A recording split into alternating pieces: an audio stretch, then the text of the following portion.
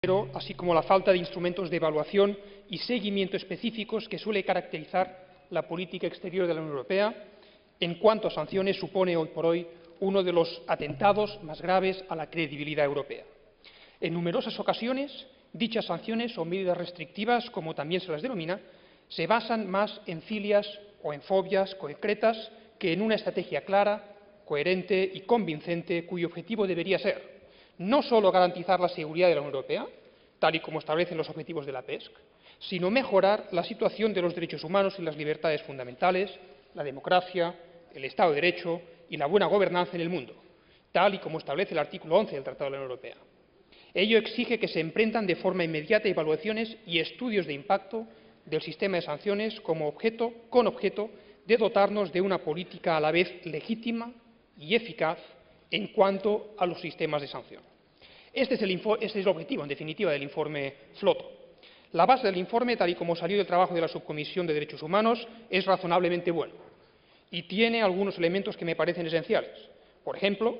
se hace hincapié en que el Consejo, al adoptar los principios básicos antes citados sobre el recurso de las medidas restrictivas, se comprometió a hacerlo en el marco del enfoque global en el que deben tener cabida herramientas como las cláusulas relativas a los derechos humanos y la democracia, el sistema de preferencias generalizadas o la ayuda al desarrollo. Y asimismo reitera la petición para que el Consejo de la Unión Europea adopte de forma inmediata una posición común con relación al control de las exportaciones de armas, que convierta el actual Código de Conducta al respecto en un texto jurídicamente vinculante, tal y como, por otro lado, hemos aprobado reiteradamente en esta Cámara en el pasado. Sin embargo, en su momento quedaron fuera del informe algunos aspectos que considero claves y que espero que puedan ser incorporados en el debate y voto en plenaria mañana. En primer lugar, con relación a las listas negras en el marco de la lucha contra el terrorismo, es preciso que éstas sean revisadas para que se respeten los derechos humanos y las garantías jurídicas fundamentales de quienes se encuentran en ellas. Y segundo,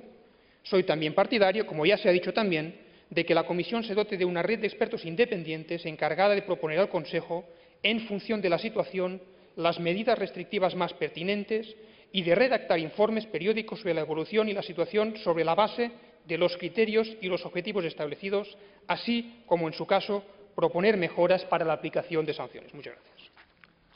Muchas gracias, señor Romeva. Por el Grupo de la Izquierda Unitaria Europea, Izquierda Verde Nórdica, por minuto y medio tiene la palabra il signor Agnoletto.